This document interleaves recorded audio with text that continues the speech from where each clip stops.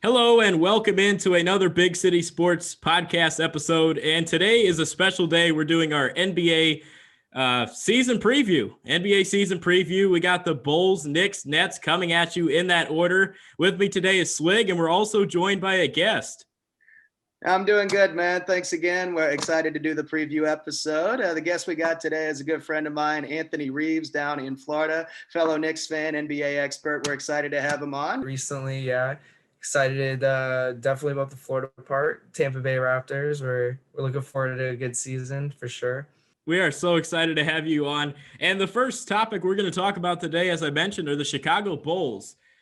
Swig, I'm going to go to you first. What have you seen from the Chicago Bulls this offseason as it appears to the rotation, the offseason approach, and how do you think the new coaches will gel there? Well, I'll start with the rotation. From everything I've been reading and seeing in the beginning of the preseason games, it seems like Billy Donovan and the Bulls want to have about a 9 or a 10-man rotation to start the season. I'd say the first 8 are pretty much locks. If they're healthy, we're definitely going to see Colby White, Zach LaVine, Markkanen, Wendell Carter. We're going to see Patrick Williams, obviously. And then I think Otto Porter, Thaddeus Young, and Tomas Satoransky are all pretty good bets to see some playing time. What's going to be the most interesting is going to be who's going to fill out the end of that rotation. Is it going to be Daniel Gafford? Is it going to be Hutchison? The Bulls have a lot of options there. Yeah, Luke Cornett's another one there. But going over to Billy Donovan, the new head coach, Anthony, you know his success with him being in Oklahoma City. What do you think Billy Donovan will bring to the Bulls?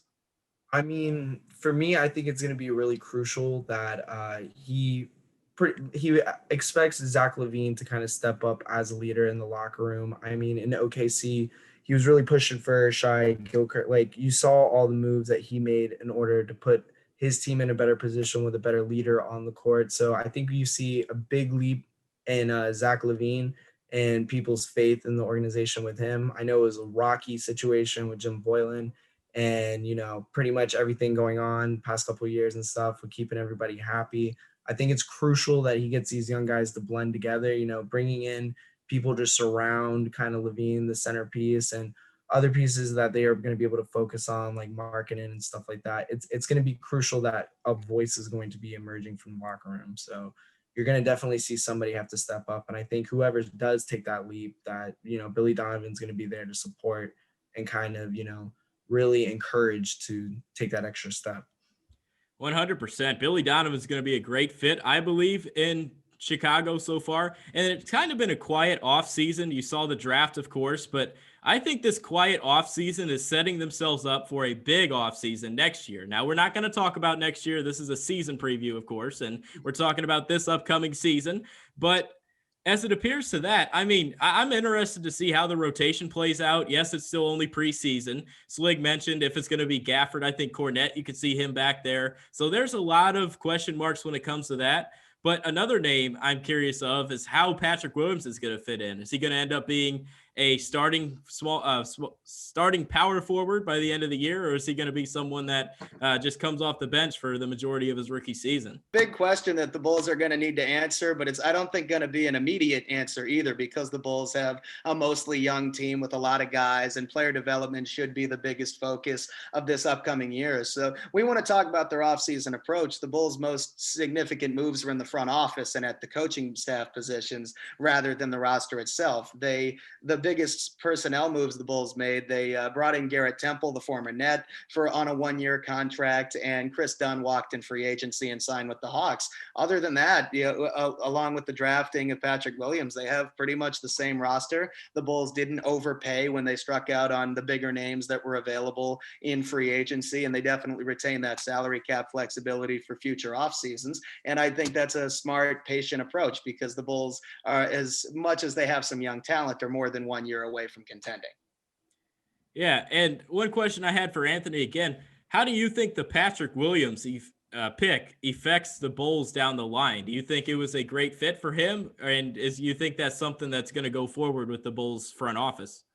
So I'm going to be honest with you. The pick surprised me, I did not see him going so high. However, I felt like, if anything, this was the biggest indication, like Swig also said, was that he was going to be, this entire team really didn't change that much other than one or two different signings.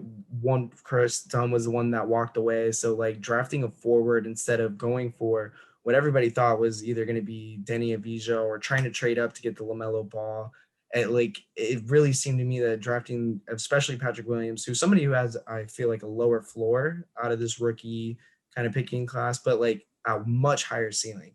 So them rolling with a forward in that spot just seems like they're trusting that in their development and also in Zach LaVine and their guards that they're rolling with right now.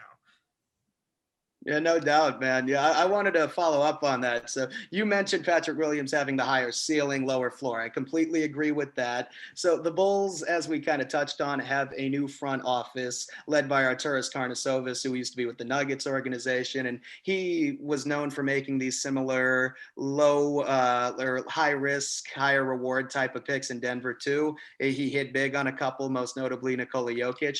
Do you think that Bulls fans can expect them to swing for the fences more often with their first round picks going forward? Or do you think they're going to revert back to a safer approach in future years? I mean, I feel like the safest approach would have been trading down and possibly switching with a team that would have been a little bit more hungrier for that like fourth overall spot. But however, they see something in the kid. They have a really good front office, really good scouting. So, I mean, obviously there was something there. So I think that you're going to see you're going to see more risks taken. However, I think there's going to be a lot more rewards going forward. It's going to be slow, like you said. We have a whole year away before this is just a season preview, but a whole year away from what is going to be one of the best free agent classes that we've had in a minute. So I think it's important that Bulls fans and all fans of a rebuilding team realize that this is a slow process. There's a lot of good mentors in place, and you just have to trust your coaching staff. It's not going to be immediate results, but gradually over time, I think at post All-Star break, you're going to see a much different Chicago team that's going in right now who haven't played in a very long time. Not everybody's running like LeBron on 71 days in between. Yeah, both of these teams, two of the three, of course, are the Bulls and the Knicks, not the Nets. They're going to be a solid basketball team this year. But these two are looking towards the future. Now, this year, what we'd like to see is better development, especially from the Bulls side. We'll get into Thibodeau in a minute and how he used to bring that to them. But he hasn't been there for a while. Player development sucked under Boylan. I'm going to say it. They sucked. I mean, where is Lauri Markkanen? He should have been a rising star. Wendell Carter, he's been sort of stagnant. You haven't seen an elite jump-up player. You've seen a little bit of flashes with LaVine, but I still think he's got something to tap into there. So there's still a lot to look forward to with the Bulls, and I'm excited to see how Billy Donovan and Karnisovas build this team up and how they can potentially show some development in this year. And that brings me to my next question. Do you think Karnisovas and Donovan can turn this around, or do you think that this is something that could linger on, that could wreak havoc on future years? It's Chicago. I mean, it's obviously you never know what you're going to get, especially, I mean, since the 90s, it's been a revolving door of, flashes of what could be great and then quickly, either leaves or gets injured. So, you don't know you have to have faith. There's been previous success. This isn't like a unknown story like Steve Nash or like the other team we're going to discuss. This is something that you're getting that is concrete that you have to wait. I mean, take a page out of every Knicks fan's book. Like we build our expectations, you have to have those high expectations. And then from there, you got to see what you can do. I mean, the talent is there. The talent is there. There's no doubt about it. The potential, it's astronomical in Chicago. It's just you got to be able to put it together on the court. And I think with Donovan, he's going to definitely know how to get these young guys, especially NBA superstar ready. Like at least with two or three of them, it's going to be LaVine, in my opinion. I agree with that for sure. I mean, obviously, not every young player is going to develop into a star for this team or any other team. The goal is, of course, to have a couple of major hits and hopefully build off of those successes. But I wanted to go back. Dylan mentioned the Bulls kind of had a well known circus under Jim Boylan the last couple of years. He kind of seemed doomed from the start in Chicago. And Zach LaVine, the closest thing the Bulls have to a budding superstar. Yeah, he is still a flawed player, especially on the defensive end, but his freakish athleticism and his ability to score is definitely something that no other Bulls player has shown consistently over the last couple of years. But Jim Boylan kind of had that reputation going in as a strict, hard-nosed type of coach. And the NBA now, especially, is such a player-driven league and a league built on relationships. Do you think, in general, a hard-nosed, kind of strict coach that isn't the best with building relationships can succeed in the NBA in general? Or do you think it was more just Boylan himself being the problem, not the style he coaches with? I mean, it's very clear that the player relationships dominate the league now. I mean, in any market, small, big, it's about who you know and how well you know that person, and being someone who's going to be maybe more disconnected and more focused on this is how it's going to get done. And without building that kind of relationship with a player, it's going to grow discomfort. You cannot have a functioning locker room if there's no two lines of communication other than what they're doing right or what they're doing wrong on the court. You see amazing owners and amazing front offices. Mark Cuban, for example. I mean, just any kind of owner or any kind of coach that takes that extra step to actually not only you know grow a player but also nurture it. It goes a long way. So I think with Boylan, it a little bit. I mean, it was Boylan, but with him, it's with the more of the kind of strict approach, you're not going to get as sympathetic relationships if things are going wrong in a locker room, which they were. Yeah, Boylan definitely had the Bulls locker room Boylan and fans at home Boylan. So that's one of these puns that I like to bring onto the show here. But anyway, it's just interesting because this brings us to our final point on the Bulls, which transitions to the Knicks, is Tom Thibodeau. He's a hard-nosed defensive coach, and he expects a lot of his players, both on the defensive end and on the offensive end. And he could be, not saying that he's Boylan by all means. He's not Boylan. He's had some success where he's been, especially in Chicago in his early days. But he was solid at player development. Now, but what Tibbs brought is he expects a lot. And you can see that similar to Boylan from that standpoint. I'm not saying he is, of course. But outside of that, Thibodeau developed well when he was in Chicago, something Boylan did not do. He developed players like Taj Gibson. Derrick Rose was a nice superstar there before he got his injury, of course. Jimmy Butler was another example. He's done a great job at that. And now we're going to switch over to the Knicks, talking about Thibodeau. Do you think that he could bring that same impact on the player development to the Knicks? I absolutely do. And in my opinion, with what it's not for this situation more in New York, it's definitely they went the collaborative route. I mean, bringing in Kenny Payne, Johnny Bryant, all these well-known, very successful, what Swig was talking about, intra-personal relationships with these players and these connections. Like whatever Tom Thibodeau lacks with just the hard basketball approaches, the X and O's, these other assistant coaches I feel are going to bring an immense amount of like reassurance. You got to set Jimmy Butler's biggest thing, especially when he was in Chicago, is you got to be sold on what Thibs is selling.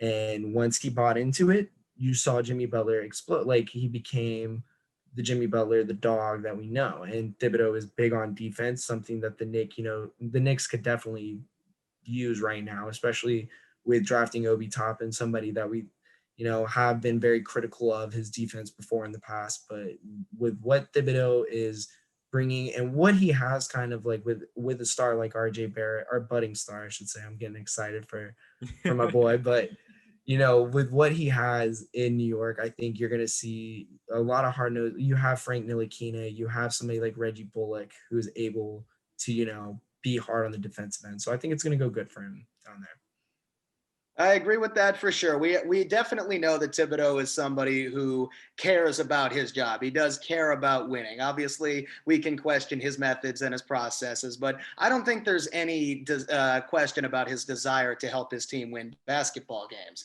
But I did have two questions I wanted to ask you about him being a Knicks fan, looking to the future and this season here a little bit. So obviously, the Knicks are also in that rebuilding player development stage right now, kind of similar to the Bulls.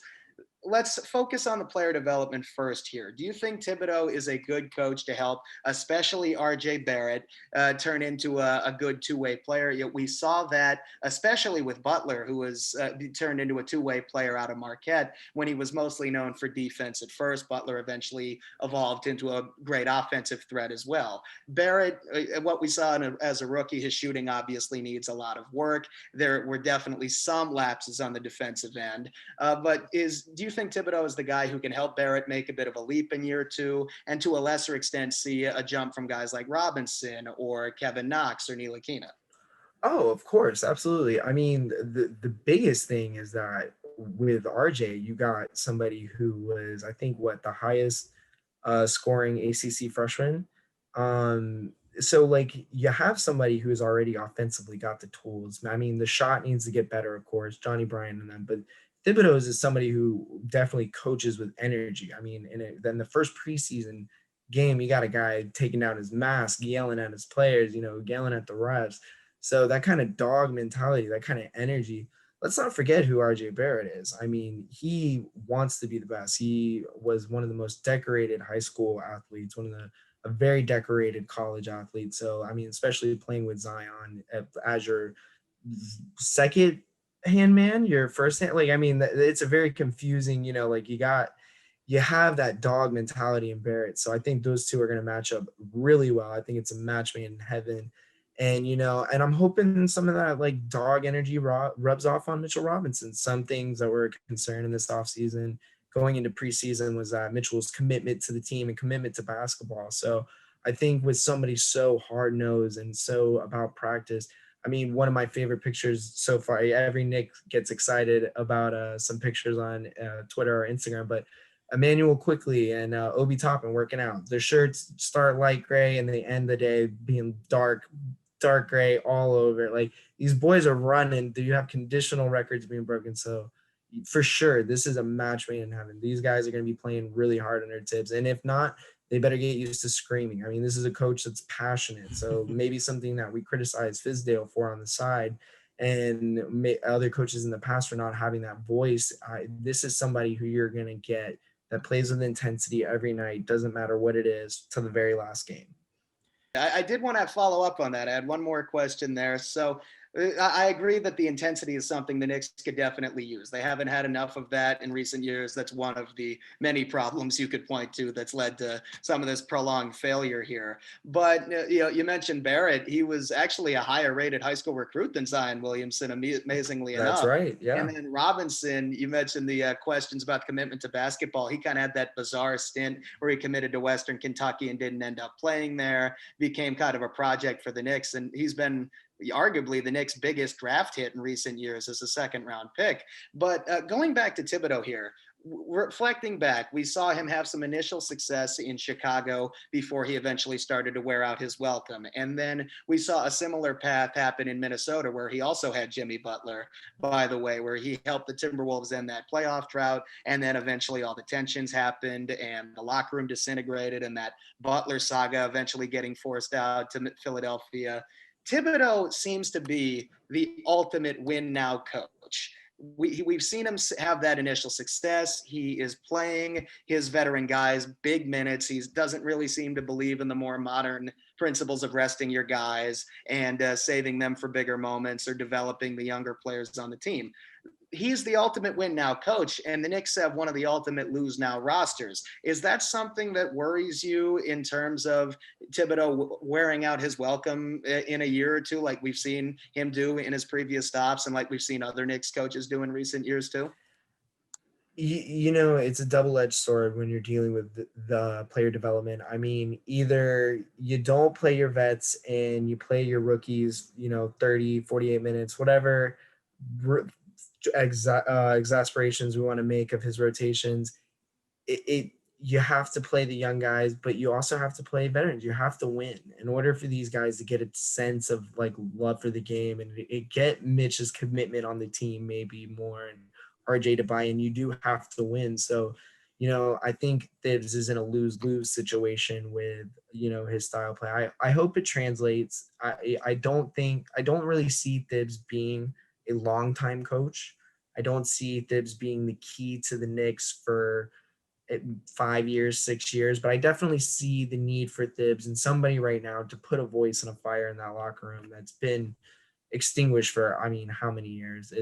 We need somebody like Thibs to come in, light the fire, and then maybe let somebody else take the reins that's able to handle and manage these players to where they can actually be happy. You got to get these guys happy to be in New York, and you got to do that by winning.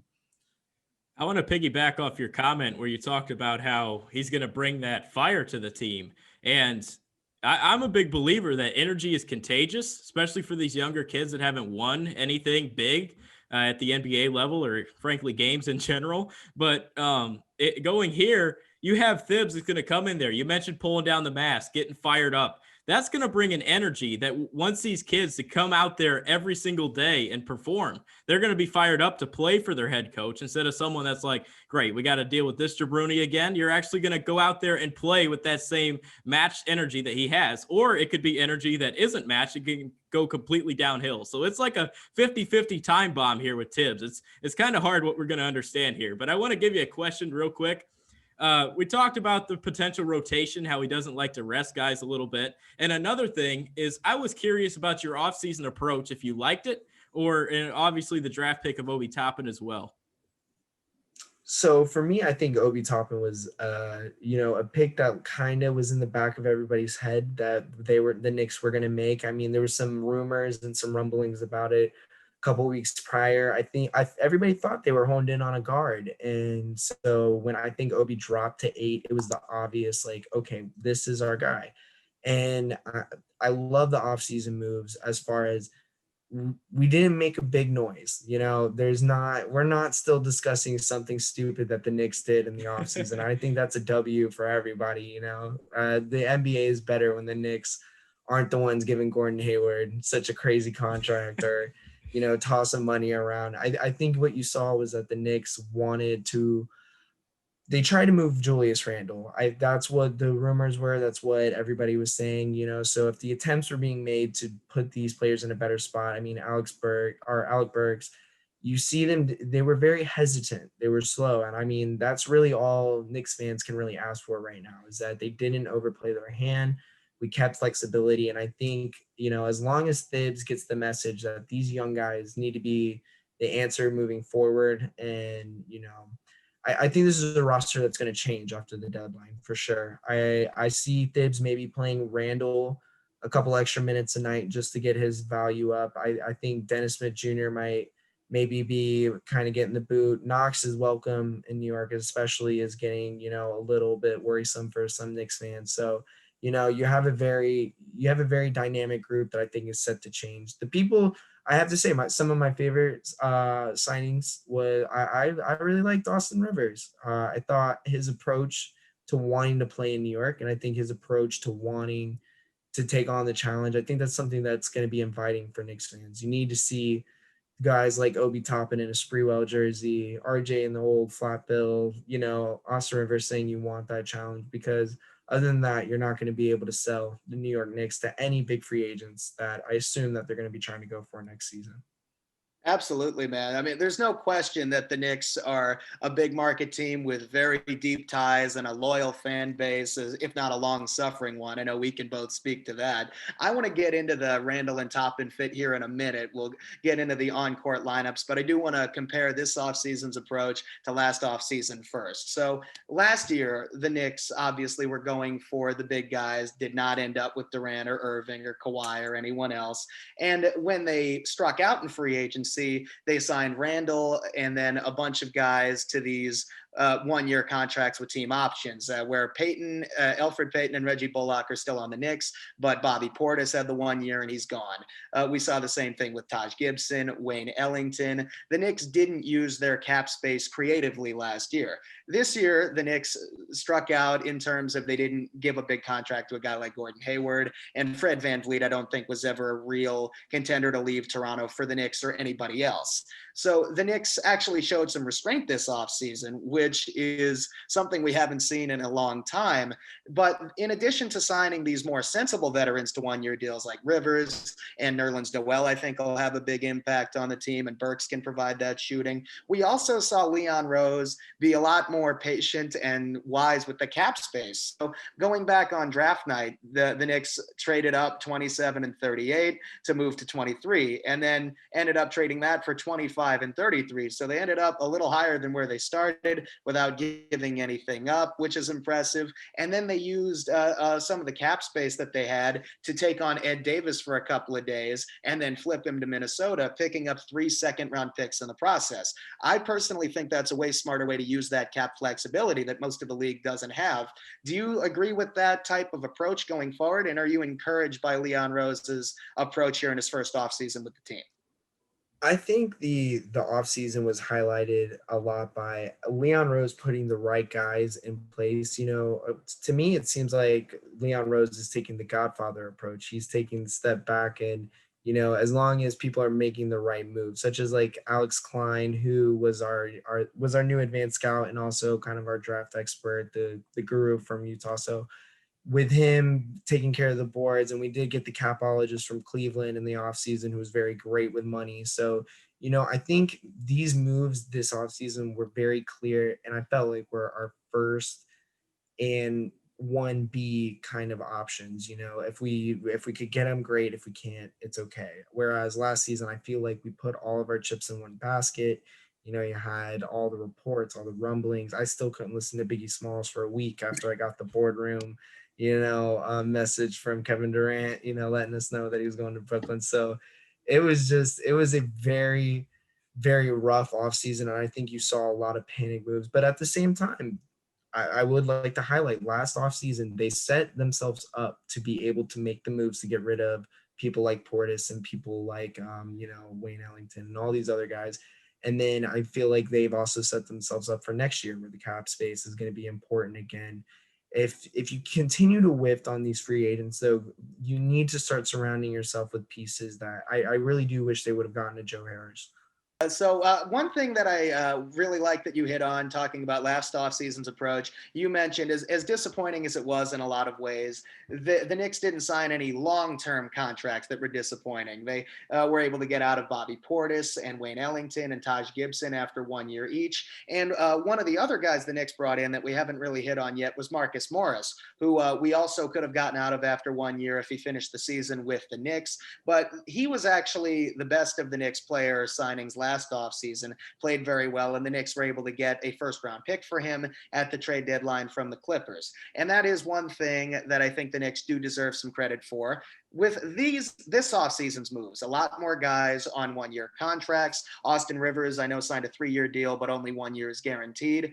Do you think the Knicks are going to be able to get value at the trade deadline for him, or Alec Burks, who can shoot, or Nerlens Noel for a team looking for a backup big man? Is that something you expect to happen again? Oh, absolutely. I mean, I think it's very important to note that I felt like the expectations after we saw Marcus Morris in a few games was that he was going to be a trade piece. And I think the Knicks went into last offseason, especially, and this offseason, with every signing that they had in mind that this is either going to go one of two ways. This is going to be you get traded at the deadline for maybe some assets in return, which we saw with the Clippers, or you see maybe somebody like it not panning out and being able to be like, okay, maybe it's time we go a different route.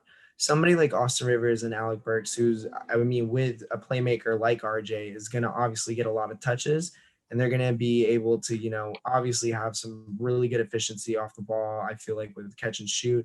And I think it's going to be important to note how well they do it and who they're doing it with. So it's a win-win if the Knicks are able to get RJ or Obi Toppin to get these guys these touches and get these guys comfortable with passing the ball, while at the same time rising these players' stocks within the league and stuff. So, I mean, and with Thibs, it felt like it was really Marcus Morris was a perfect fit for Los Angeles. I felt like that kind of defense, that kind of mentality, and I feel like that's going to be something that you're going to see a lot of teams go after. Is if Thibodeau is able to get these guys to look as good defensively, especially with the rotations, how well who he plays them with. I feel like Nerlens Noel is somebody that is probably going to be moved this year, definitely, and I think he's going to be crucial to the team while he's there. And that's something that Marcus Morris was whenever he was there. He was the voice, and so it's important. And I think it's going to happen kind of the same kind of route as last season. Yeah, speaking about the rotation, I mean, that's something we haven't addressed yet. But the thing with the rotation is if you don't play defense for Thibodeau, you're not starting in the rotation. As simple as that. You're coming off the bench or you're buried, you're in his doghouse. If you're not playing D, he could basically tell you to get lost. You can go play in the G League. He doesn't care at all. So my favorite lineup that I've seen so far is Ntilikina at the 1, Quickly at the 2, you have RJ Barrett at the 3, Obi Toppin, Mitchell Robinson. Those are my 5 that I like the most. It gives you a little bit more on the shooting side, but I mean, if you don't play defense, you're not going to start here. And I highly doubt Quickly would start in week 1 or at the start of the season, but still, I think that would be an interesting lineup going for the Knicks down the stretch. I love that lineup. That lineup is amazing. I feel like, Thibodeau has to be able to bite the bullet and let one shooter who maybe be subpar on defense. But as long as you cover it up with another guard like Frank Ntilikina, who's able to switch on pretty much anybody and who's able to really, get in somebody's teeth, I think that's going to be something that's going to be able to pick up at least where maybe Quickly or Burks might lack on it. But yeah, that is everybody's dream Knicks lineup. Unfortunately, we know how Thibodeau is, and we maybe know how these young guys are playing right now at the moment. They don't have a lot of player development people under their belt. I mean, this is the first off season that they've actually had the player development coaches for the plan they had in place. Last season they did not want to send anybody or demote anybody to the G League other than the people they started the year with. Brazdeikis, stayed down there and in the G League. So I feel like you're going to see these players that maybe are going to be a better win now fit. However, at the same time, you are going to see, the young guys rotations. I just don't know if we're going to be able to get them all on the court at one time. That doesn't seem like Thibodeau's kind of forte. I'm 100% with you there. My initial thought here is, especially at the beginning of this season, when the Knicks are trying to raise the trade value of some of these guys, they're going to play more of a win now lineup. I think we'd see more minutes for guys like Randall or possibly Austin Rivers instead of developing the younger players that haven't reached their ceilings yet. And then if the Knicks are able to make some trades at the deadline for assets, then we'd see the younger guys at the end of the year. But there are 2 questions I wanted to ask you really quick here about the rotation for this upcoming season. So the first one is one pretty obvious problem here for the Knicks, and that's the Julius Randle and Obi Toppin play the same position. They're both a power forward. How creative do you think Thibodeau is going to have to get both of them minutes? And do you think that's going to be a problem this season, or at least until Randle is moved? I think for sure you're going to have some problems because neither of these guys can really play the 3 or the 5. The 4 is something that suits both of them perfectly. Now, who suits that starting role better? That's going to be up for debate for sure. I feel like, you can either go 2 routes with this. You can either get nothing for Randall and just focus on, Obi's success. It would be nice to have a rookie of the year candidate and a rookie of the year winner in New York to definitely give these young guys something to celebrate. But, I feel like you're going to see a lot of Obi coming off the bench. And as long as Thibodeau likes young guys who are explosive. So as long as Obi's able to be productive off the bench and and the rotations are creative enough that he still gets the playing time needed for a young star to be able to really develop and really see success at an early age, you have to be able to be comfortable in your role. And I think that's something that both players are. I think Obi Toppin is a team first guy, and somebody like Julius Randle, who before the preseason began, went on to discuss, I want to see Obi Toppin succeed. I want to see my team do better. So Julius Randle is not a bad guy, is what we might make him seem to be a basketball player. He is a very generous player. He is a very generous guy. He is somebody who cares about the team and the culture. So hopefully we see, kind of a shared spotlight, because I do want to see both things. I think all Knicks fans want to see Julius Randle move.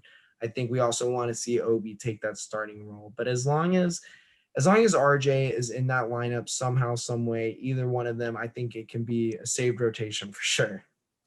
Yeah, I want to bring up one more point, and I think this fits Thibodeau well. You look at the 2-4 spots you guys are mentioning, Toppin and Julius Randle. This brings me to when Thibodeau was in Chicago, when he had Carlos Boozer and Taj Gibson. Both of them got their minutes. Both of them played well. You saw Gibson develop more later on in his career, and you saw Boozer get the minutes there. But the bottom line with him, as we already said it before, if you don't play defense, you're not going to start. So it comes down to who plays defense. The versatility thing could be an issue. He values versatility, especially on the defensive side. But I think the way that he approaches that will be very similar to how he did Carlos Boozer and Taj Gibson in Chicago. I think it's encouraging that he has that experience dealing with a kind of conundrum where you have a couple players who both play the same position, needing to be creative to get them both on the floor. I am hoping that Ntilikina, who I really want to see play more minutes, especially this year, because he's so capable as a versatile defender who can guard multiple positions, will finally get a bigger opportunity consistently this year. But I did want to make one more transition point here, going back to Leon Rose and some of his offseason approaches here. So first off, Anthony touched on this a little bit earlier. The Knicks have brought in a lot of different guys to address several areas in their front office, from the salary cap with Brock Aller, who was with Cleveland a couple years ago. The Knicks actually still have $18 million in cap space, give or take, right now. So they have the flexibility to make more moves. They brought in guys like Klein and Walt Perrin to address the scouting. We've seen Aaron Brooks, the former NBA point guard, appointed to a role with the Knicks G League team in Westchester. So the first question I wanted to ask is, it's very clear that he is not a guy that rests. He wants to address every nook and cranny of the organization. Do you think that is the right message to be sending for the team or for the culture to try to appeal to free agents going forward? Absolutely. I think you're talking about culture. One of the biggest moves that he's done is Steve Stout marketing. Whenever he's not running his mouth with Stephen A. Smith, the man has made already two pretty successful commercials back to back that has gotten the image, a little bit better. You see New York kind of changing as a brand. I mean, very popular clothing brand, Kith. He was the one that designed the City Edition jersey. So, getting in touch with, that the Knicks might have been being a little bit outdated, and getting these younger guys like Alex Klein, like you mentioned, 23 years old. They say that in himself, he's a lotto pick, because every pick that you're going to get out of this guy is going to be somebody that's solid. And I think they addressed the needs that needed to be. I mean, last season led the league with the least amount of player development coaches. And you can't it was working backwards for them. If you didn't want to send them to the G League, you didn't want them to practice. There were so many options and so many holes in the front office that was assembled last year. And I think moving out Steve Mills, and moving out all these other guys that maybe did not make an impact, that were more on a I'm friends with Dolan kind of contract, I feel like definitely was the right move. I mean, the only knock I have on the man, the Godfather, right now, is that he is the CAA in Kentucky. He's a farm over there in New York. It is a little glaring. I mean, it's for sure. I wanted to get your thoughts on that. It definitely seems to be something that's getting noticed by multiple reporters. I know John McCry definitely picked up on it, and he has a counter right now. If you go on Twitter, definitely counting all the signings and everything like that. So Yeah, I'm with you 100%, man. You actually helped me transition great into my next point, because I was going to touch on the clear pattern that we're seeing with Rose so far, and he was obviously with CAA as a player agent before he became in that Knicks front office role. And then so we'll hit on that first. Obi Toppin is a CAA client, so is Austin Rivers. And then the other one is the Kentucky connection. So in addition to Rose, Kenny Payne, an assistant under Jan Calipari at Kentucky is now an assistant on the Knicks staff. And in addition to Julius Randle and Kevin Knox, who are already there, the Knicks have brought in, Michael Kidd-Gilchrist on a one-year contract, Nerlens Noel on a one-year contract. They drafted Emmanuel Quickly, 25th overall, which a lot of people seem to think is a reach. And we all know that there was some influence there. So we will obviously have to see how well these players pan out, whether it's the one-year deals or the draft picks. But Alec Burks is the only major player the Knicks brought in that did not have a tie to one of those two things, either the agency or the University of Kentucky. Do you think that this is just a one-year thing where the new president is bringing in his guys, as you say, or is it something that could cause some bias towards people he's familiar with down the line?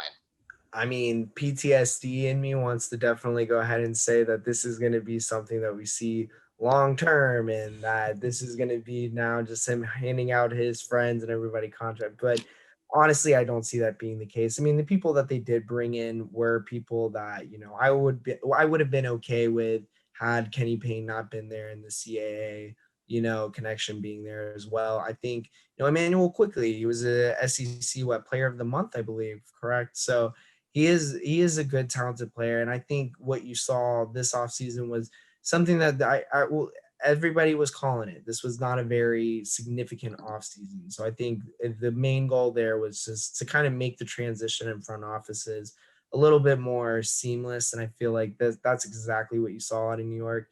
You saw them making the moves that would make their first year there a little bit more like shifted to getting prepared for next year. I feel like I don't want to already jump the gun on next year, but you definitely see the way that the Knicks are positioning their contracts and positioning that their players now. They have two agendas, and that's the future and focusing on sustained success. I want to bring up one more point on the Knicks so far. I'm going off of Slig's point here. You talked about Quickly potentially being a reach. Look at Kentucky basketball right now. They cannot shoot the ball. I think that speaks volumes of how well Emmanuel Quickly was at shooting the basketball. I mean, he's going to come there and be a shooter, which is something the Knicks have needed for a long time now.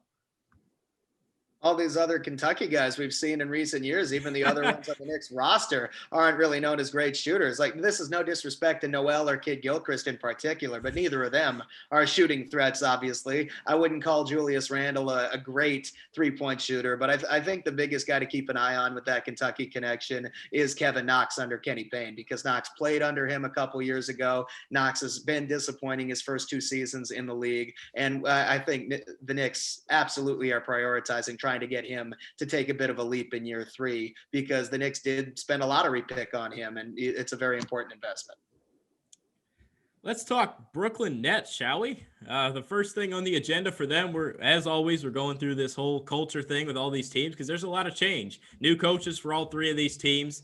The rotation and offseason approach to go along with the new coaches, they didn't end up getting that third piece that everyone was hoping they'd get. Instead, they have a bunch of depth now. They could still end up making a trade like that, but right now it seems like they're going to stay put and roll in with a lot of depth on that roster. Steve Nash is in instead of he's the new head coach there for Brooklyn. They brought in Amari Stoudemire. First thing I want to bring up is the rotation, offseason approach, and the new coaches. What do you like so far?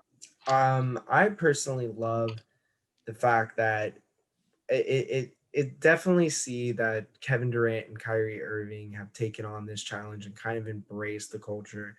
I love their depth. All their young players are very, kind of, they're talented. You have players that are excited to play. And what's very important to note in Brooklyn is that there is a culture shift. However, how well Kyrie and Kevin Durant play into that, you're going to see this season. I know this offseason was looking amazing until Kyrie Irving hopped on Instagram. I mean, that whole transaction with him and Kevin Durant, that was very uncomfortable. And I think Steve Nash is somebody who's going to be able to speak more loudly to these younger guys like your Jared Allen, your Dinwiddie's, your Karis LeVert. I feel like those players are going to be impacted more on what he has to say. And I think Brooklyn's success is going to rely heavily on how well that connection is between Steve Nash and maybe guys outside of the Kyrie and the KDs on the team. And then on the other end, it's going to be how well that those two play, because those guys are going to show up every day regardless. I mean, those are two of the best players in the league. It's more or less how well the new players are able to bank on what Steve Nash is selling and how well this new merger of these guys are on the team. I am very curious to see how Steve Nash does as a coach. We all know what a great player he was. I want to talk about the offseason approach really quick first, and then we'll get a little bit more into the coaching. So the offseason approach for the Nets in some ways was similar to the Knicks and Bulls, despite the fact that the Nets are going to be a much better team. The Nets were relatively quiet in free agency as well. They prioritized re-signing Joe Harris, which they did. Outside of that, they let Garrett Temple walk and sign with Chicago, and they signed Jeff Green, the veteran who's bounced around the league, to a one-year contract. Other than that, they're in a very similar position as well. So minor roster turnover for the Nets as well, but they obviously have much higher expectations, especially if Irving and Durant are on the court. But transitioning back into Steve Nash, I wanted to hit on something here really quick. So he has Amari Stoudemire and Mike D'Antoni on that coaching staff, bringing back that mid-2000s Phoenix era offense that was really efficient and futuristic, and honestly, I think was kind of a precursor to the offenses we're seeing in today's NBA, all that fast-paced run and gun type of offense that wasn't popular around the league when the Phoenix popularized it 15 years ago. Now we're seeing almost every team run some sort of variation of it. So it's kind of cool to me to see D'Antoni as an assistant and a mentor with both of his guys who ran that pick and roll so well. But the other thing I wanted to talk about with Nash is he is the latest in a string of former point guards to become a head coach of a team. And two of the more recent ones we've seen were Derek Fisher for the Knicks and Jason Kidd, actually, for Brooklyn about 6 years ago before Milwaukee. Now, Kidd and Fisher both had mixed results at best as head coaches, but they also became head coaches immediately after their playing careers. Steve Nash has been done playing for about 6 years now. Do you think that that extra time for Nash to learn how to transition from a player to a coach is going to be beneficial for the Nets? Or do you think it would have been better for him to try to hop into coaching right away? Him letting the cement dry on his career fully before hopping into, the kind of role that needs to be a coach and a mentor is definitely going to be a really important part to his success in Brooklyn. I think he waited to see kind of how the league shifted. I mean, since then, since they were in the league, player empowerment has been one of the biggest points on a team, and, players having a voice. And I think Steve Nash, instead of being thrown in the middle of that, where a lot of coaches had to learn on a learning curve, and being able to be an outsider looking in on that is definitely, it's going to be really beneficial for him. I think he got the aspect of being that superstar player in Phoenix. And I think he has that appreciation for what Kyrie Irving and Kevin Durant are trying to do, while also at the same time making sure that he's able to set them up in the best position and also have a voice in the offense. So I think he's going to do wonders with especially his two stars on his team. I think this Brooklyn Nets team is good enough to make the playoffs, even without their two best players, Kyrie Irving and Kevin Durant. They have enough talent there. You have Joe Harris, who hasn't even been mentioned. You have Spencer Dinwiddie, Jarrett Allen, DeAndre Jordan. I mean, there's so many players on this roster that makes them so deep. And I mean, it's just so interesting. This team, you have a new head coach come in. I've seen a lot of people pick them to be the number one team in the East. Obviously, that could be a long shot. Health plays a big factor into that. But Swig saw something out of Jeff Green that he thought could be a potential match. You want to talk on that for a little bit? Without question, man. I really wanted to get both your guys' opinions on this. So Jeff Green, there's a couple aspects to his signing that I think are going to be really important. It's a low risk, high reward move in my mind. But we know Green has that really close tie and relationship, a positive one, with Kevin Durant. And I don't think that can be overstated enough how important that is off the court. But I also really like the idea of him on the court with this team as well as part of a small ball lineup. We know with DeAndre Jordan and Jarrett Allen are going to get the majority of the minutes at the five, but there are going to be times where the Nets are going to play a small ball lineup. We saw Jeff Green play the five in Houston under Mike D'Antoni just last year. And if you look at the stats under synergy, he was incredibly efficient as a spot up shooter, as a cutter. He just fits well, is very versatile on offense and defensive ends of the court. So I wanted to float that by. Do you think Jeff Green will be as effective as a small ball five in Steve Nash Nash's most likely run and gun pick and roll type of offense? And also, kind of touching back on that Nets rotation, do you guys like the idea of a small ball lineup with Irving, Dinwiddie, LeVert, Durant, and Jeff Green? I I like that they have the option now for a small ball lineup. I felt like last season, there was nobody really that I would be willing to have played at the five for them in that rotation outside of Jared Allen and DeAndre Jordan. But at the same time, I think with such powerful score, it was such great scoring on their end with Kevin Durant being an amazing shooter, being able to create any shots, Kyrie pretty much being able to go one on one with about anybody in the league.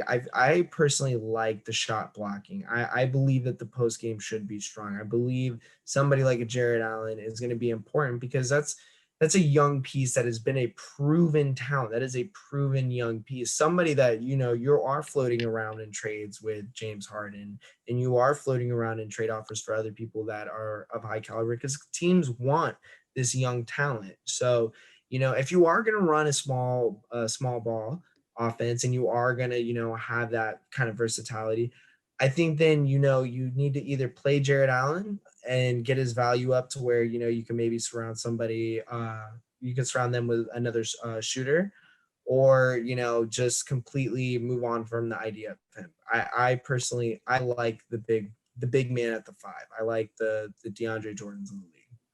I like the big man at the five too, but that's honestly a great point. Moving Jared Allen to bring in someone there, they could also make this move at the deadline. If he plays so well right now, DeAndre Jordan's still there. They like what they've seen in small factors of what Jeff Green's brought to them at the five. They could honestly say, you know what? We need someone else that can make us a legit contender for the title this year. And if that means moving Jared Allen to keep Jeff Green and DeAndre Jordan, man, that makes that five spot for the future really bleak. But outside of that, I mean, you could end up getting a potential superstar that could absolutely take off in the East and potentially win the entire thing. On your point, Dylan, I mean, you had Brooklyn, like you said, a lot of people are talking about them at number one. I think something really important to note with Brooklyn is that there are many question marks on almost, I mean, they have a very solid on paper resume. However, it's just with the question marks with the five, with the question marks with Steve Nash, Kevin Durant, and Kyrie Irving's chemistry, and what their like influence is going to be like in the locker room. The question if these young guys who were, might have been upset about D'Angelo Russell being moved and having these guys now come in, and because they are superstars, demand for James Harden and other, there's so many questions in Brooklyn. I feel like the reason why that they're either the best of the East or 4 or 5 notches down is so big because of how many questions and how many things have to go right, for the Nets in order to be really successful. I mean, we all know they have the potential to be successful, but this potential on paper has so many glaring question marks that, that needs to be addressed before the season begins for sure. There is one more player I wanted to bring up that we haven't really touched on the Nets rotation yet that I do think will be important in terms of either spacing the floor or possibly at the trade deadline as part of a package for Star. And that's Landry Shamet, who the Nets acquired on draft night. I think he's a really underrated pickup who can provide some depth in case Karis LeVert gets injured or if Dinwiddie doesn't work as well at the two when he gets minutes there. How important do you think Shamet's shooting is going to be to the Nets as they're currently built? I think it's going to be very important. I think you see a lot of kickouts, especially with, when you have such two high prolific scorers on this team. I think you're going to have these guys that are going to be relied on a catch and shoot kind of basis. These shots are going to be created for them. So it's up to people like Landry and Joe Harris and other people to knock these shots down because, Kevin Durant and Kyrie Irving can shoot the ball and they can score the ball. Now, whether you want to be there whenever they need you to score the ball, that's on you. And I mean, I know from an inside source, Landry Shamet personally is very excited to be in Brooklyn and very happy to be there. And, very looking forward to the mentorship because the idea that he's been getting is that he's got a great culture and a good team around him. And I'm talking about Landry Shamet here on like, obviously I'm not comparing him to him, but if you were trying to go after and get someone like James Harden, he's kind of like the Walmart version that doesn't have the ball handling skill, but he still has the ability to knock a three from time to time. So he's an off-brand version of James Harden without the ability to dribble or frankly do anything that Harden does except for shoot. He's definitely still has value though as a depth piece to the Nets. I thought he was a really solid pickup. The Nets did trade the 19th overall pick, but they're in obviously a much more win now position. And Shaman is a guy who can contribute right away compared to more of a project player the Nets would have brought in late in the first round of the draft. But I did want to transition in here to one more point about the Nets culture. You guys both kind of touched on that and how much it really has changed in the last 7 or 8 years or so. So quick timeline here. The Nets really bottomed out about 6 or 7 years ago. They made a disastrous trade with the Celtics to get Paul Pierce and Kevin Garnett at the end of their careers, gave up 3 first-round picks in that deal, had that really bloated roster for a while with Garnett and Pierce and Joe Johnson, Darren Williams. That was an absolute nightmare with the salary cap. The salary cap held for a couple off seasons. Those guys didn't really work out. Then they brought in Jason Kidd as the coach, who had mixed results, I'd say, but he also had the tension in the front office with Billy King, who was the GM who orchestrated that horrifying trade with the Celtics. So that really helped them eventually bottom out. When these veterans were off the team, the Nets didn't have the draft picks to start to rebuild. Then they brought in Kenny Atkinson to be the new coach after a couple seasons of Kidd. And I did want to talk about him really quick. Even though Atkinson is not there anymore, there was the rift with the rumors of the rift with Durant, how he didn't connect with the stars. They promoted Jacques Vaughn, who is also still on Steve Nash's staff, by the way. But Atkinson, the first couple of years, had the patience to rebuild. The Nets had a couple of very bad seasons, but they did get a couple of decent young players. We saw Karis LeVert blossom under him. Guys like Rondé Hollis-Jefferson have some solid years as well. And then the Nets started to improve about 2 years ago, became a playoff team again. They looked like a much more competent organization. So even though Atkinson is no longer with the Nets, I wanted to get both of your opinions. How much credit does he deserve for helping change that culture of the Nets when it hit its lowest point a few years ago? I feel like it's changed a lot. I like what Atkinson was able to do because I feel like Kenny Atkinson, he served his purpose. He was sent in with one mission. Hey, there's not a lot of picks. There's not a lot of space. This roster, this team, it's seen some better years. So what we need out of you is to get these young guys to be excited back in here. And you saw the complete cultural shift from, I feel like was the New Jersey Nets to what they are now is the Brooklyn Nets. And that was that these young guys were putting on for just the bench celebrations, the playing hard down to the last minute. You saw a lot of like close minute games, clutch shooting. It just overall was an exciting time. And then whenever Brooklyn cashed out on the success that Kenny brought him, Kenny brought him everything that they wanted. And then that translated into Kyrie Irving and a Kevin Durant being like, okay, I want to be a part of this. Let's go. And I felt like when Kyrie and KD came in, Kenny's purpose was more like, all right, this is bittersweet. We appreciate you, what you've done, but now this is time to find a coach that is able to get these guys. And I think they made a pretty good transition. They got Amari Stoudemire is somebody who's, a very loud voice. I feel like Mike D'Antoni has a lot of wisdom behind him, and he knows how to handle superstar level players. He's done it with Harden, for the past couple of years, and he's done it in New York. So, Steve Nash being the kind of centerpiece to this new coaching staff in this new way, I feel like will translate well because Steve Nash can kind of be the bridge between this new directive of we're ready to win now instead of the Kenny is more passive, more like this is about the development. So you get the best of both worlds. I feel like with this coaching staff, we just have to see it in action. There's too many question marks behind it for me to be definitive and say yes, this is going to work. But it looks good. All signs are pointing that it looks good. They looked good in their preseason game. I think we're addressing an elephant in the room here. I think this is the same exact situation that Tom Thibodeau's thrown into. He's trying to get fiery with these young players. And when the stars get there, maybe he's on his way out of town to go with someone that's towards the end of their career now, or maybe later that plays a point guard position. I'm just spitballing here, but long term, I think this could be a very similar approach that the Knicks take. They saw their brother in New York, of course, Brooklyn, see what they've done with Atkinson. He served his purpose, and I think that's exactly what Thibodeau's brought here to do with the New York Knicks. Ugly little cousin. I love it, man. Yeah, Atkinson, the one difference I'd say was he was a first-time head coach with Brooklyn, and Thibodeau, this is his third NBA head coaching spot. He was an assistant with the Knicks about 20 years ago as well, so he's had a long career there. A point I wanted to make here on the Nets offseason, while they were relatively quiet in terms of not a lot of roster turnover, one or two signings, one or two minor trades, but the core of the team is back. They have the luxury and the leverage to be patient here in terms of all of the rumors swirling around getting a third superstar to pair with Irving and Durant. The name we've heard the most so far is James Harden. But the Nets, so far at least, have been wise and not forced anything with Houston or anyone else because they have the leverage knowing that the star players want to come to them, which is a great luxury to have, where they can leverage the team that's going to be forced to give someone away, where they might not have to overpay for him or even pay market value. So far, Sean Marks, the GM, has done a good job of that. Do you guys anticipate the Nets eventually bringing in a third star? Do you think that's a foregone conclusion? And do you agree with the approach to be patient here, considering all the leverage they have?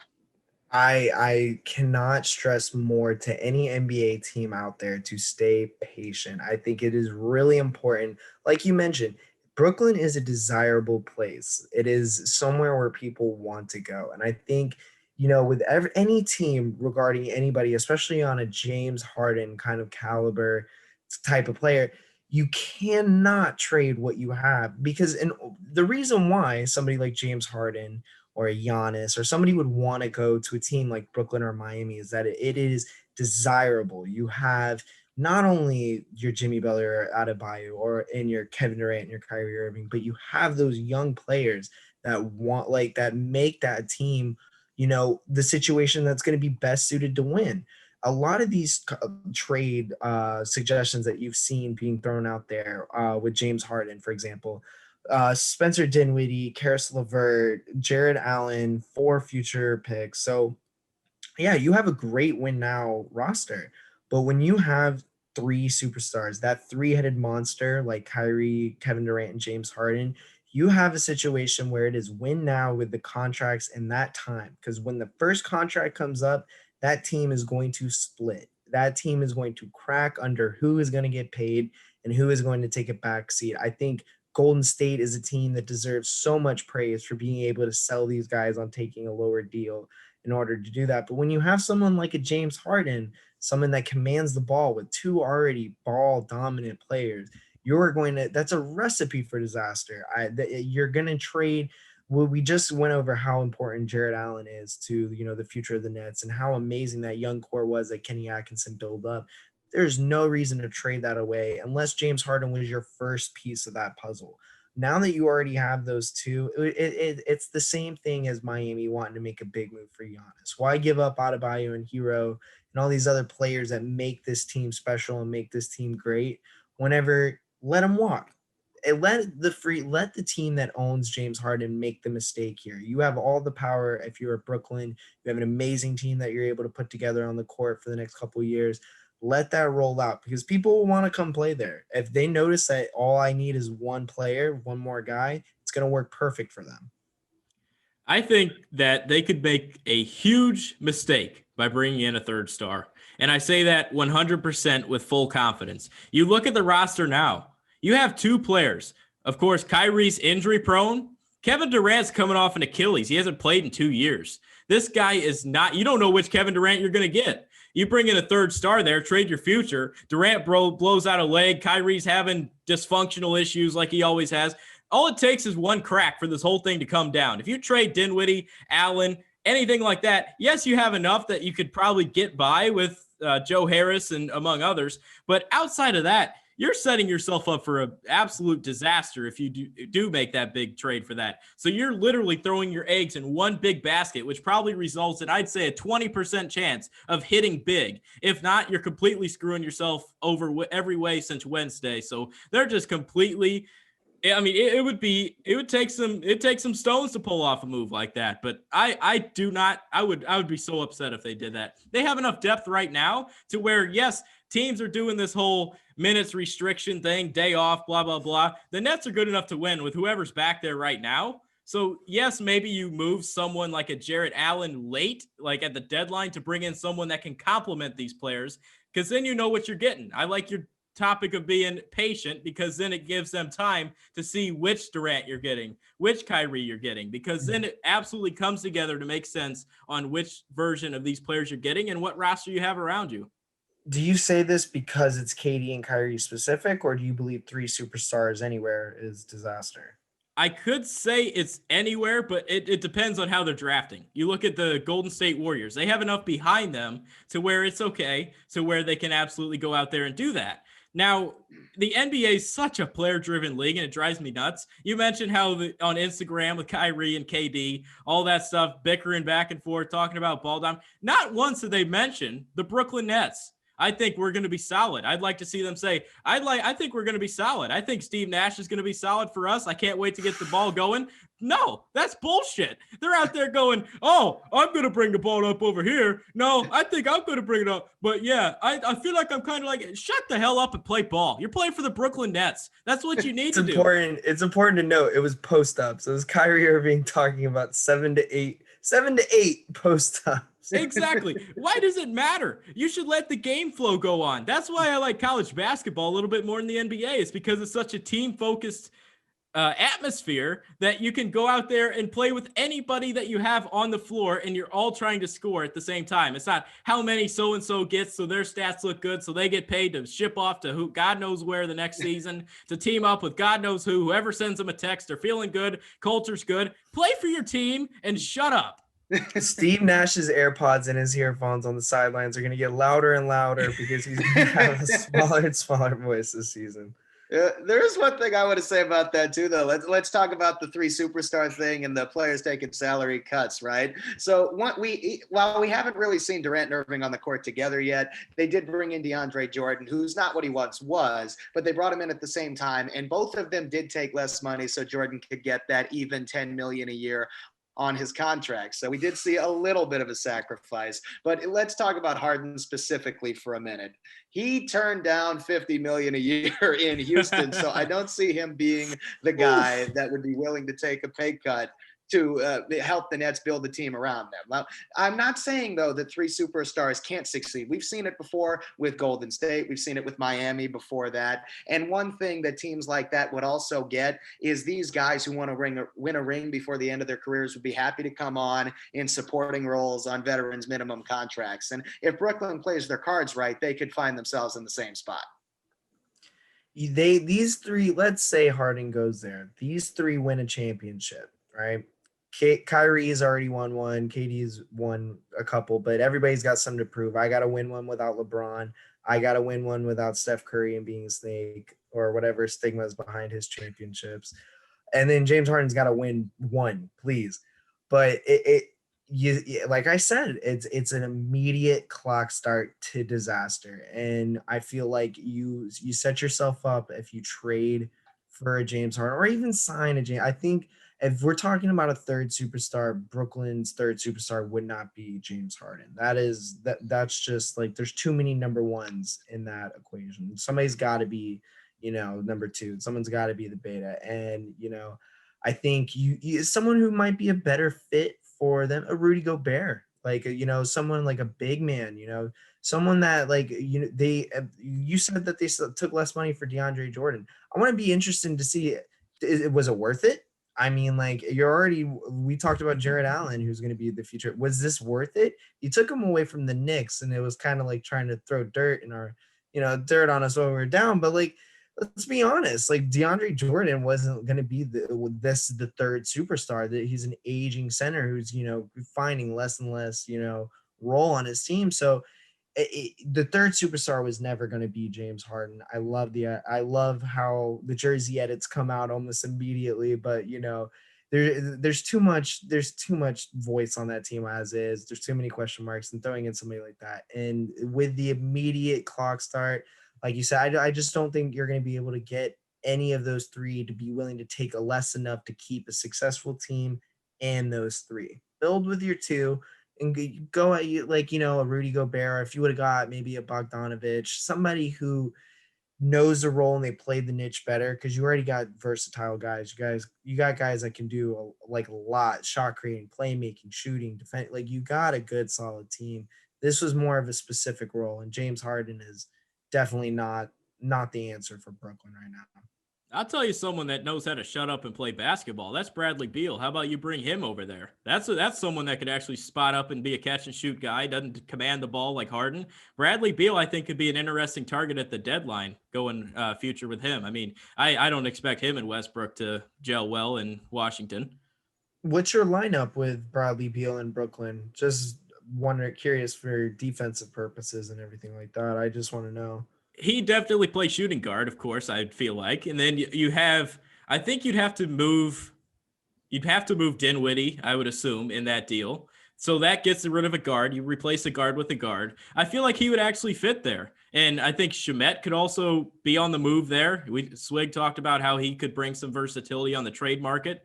And there's enough going on there where I think he could actually come in and gel with that roster.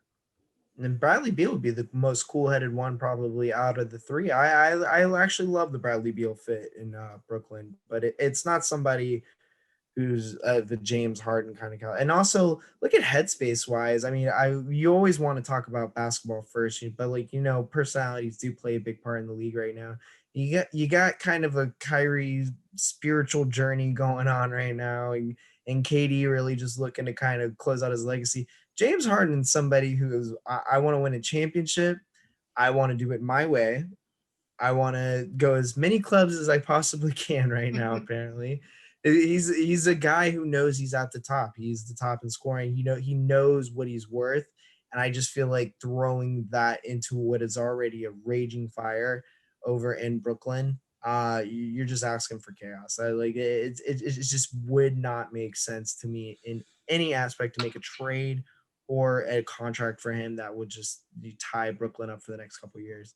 Oh, I will say, whatever you see out of Houston, whether who they trade for James Harden, which I think is their only option right now, is to trade James Harden or let him walk, will define this ownership and this front office for many, many years to come. I feel like this is their ball game to lose. So whoever's willing to actually do and deal a trade to you, if you're Houston, you take it immediately. You take it. And they're not really going to have a choice but to deal Harden here at some point. While he still has some value, they're obviously going to get something for him. If the Rockets are able in some way to pit Brooklyn and Philadelphia, or maybe anyone else who's trying to acquire him against each other to drive the price back up a little bit, that would help them salvage some of this. But Houston really needs to be careful here, because don't forget, they gave up so much of that draft capital to bring Russell Westbrook to Houston in the first place. He was there for one season. Long term, they are the opposite of the Oklahoma City Thunder. They don't have all those lottery tickets essentially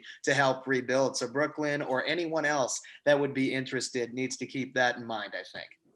This is a bidding war where everybody is scared to raise the sign. Everybody wants to raise it, but they're scared to raise it for sure. The world's shittiest auction. All right, fellas, we could talk basketball all day, but the time on this video right now is already at 1 hour and 14 minutes. So we've done a solid job of talking basketball, but to wrap things up as usual, we'll pop up the poll question results from last week. You can find that on Twitter at the Big Sports PD.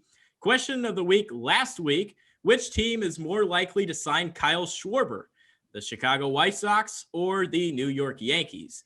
Fans voted 64% to the New York Yankees, 36% to the Chicago White Sox. That was a little bit surprising. Is the poll question of this week, of course. I'm going to pop that graphic on here as well. Poll question of the week: who has more to gain from a losing season, given the players are developing, the Chicago Bulls or the New York Knicks? What are your guys' thoughts on that real quick? I mean, obviously, I want to say New York. The most glaring issue is I feel like the guard. I feel like any of the tie, it's always tankathon. You don't want to do it. Nobody wants to do it. But if you're a New York fan, you're used to doing it in the beginning of the season. This is a guard-heavy draft coming up next season. I feel like putting yourself in a situation where the young guys do good and you're able to snag like a Jalen Suggs, a Cade Cunningham, or a Jalen Green, you're in good shape for the future. No doubt, man. I mean, looking at that Eastern Conference, I think we can expect Atlanta and Charlotte with their offseason moves to improve a bit this offseason. So the bottom of the East to me comes down to 4 teams: the Knicks, the Bulls, the Pistons, and the Cavaliers. So considering it's a deep draft class, both of them have a lot to gain from a season of player development, but losing this year. I think short term, it would be more beneficial for the Bulls. I don't think they have the stigma around them that New York does in terms of that culture. It hasn't been quite as ridiculous. Long term, I think the Knicks have more to gain, because if they are able to make themselves a respectable franchise again, there is no question that people would want to come. I mean, hey, dude, why another year? Why not? You know, it's the next year. I mean, New York Knicks. You know.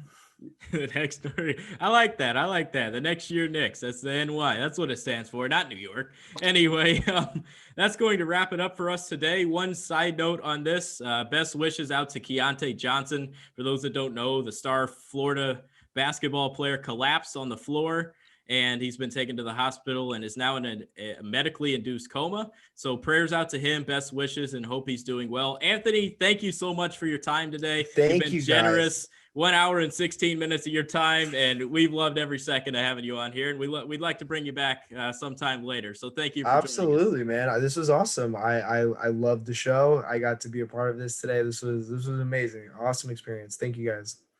Yeah, and that's going to do it. So I appreciate everybody tuning in. Check us out on Twitter, as I mentioned, Big City Sports PD. Poll questions coming up there, previews of these videos, and all that other good stuff. So be on the lookout for us. Videos drop every Thursday at noon, so stay tuned on that, and we will see you next time.